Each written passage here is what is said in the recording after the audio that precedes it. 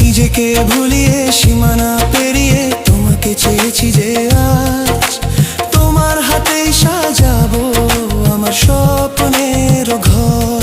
আমি তোমার প্রেমে পড়ে দুনিয়া ভুলে গেছি।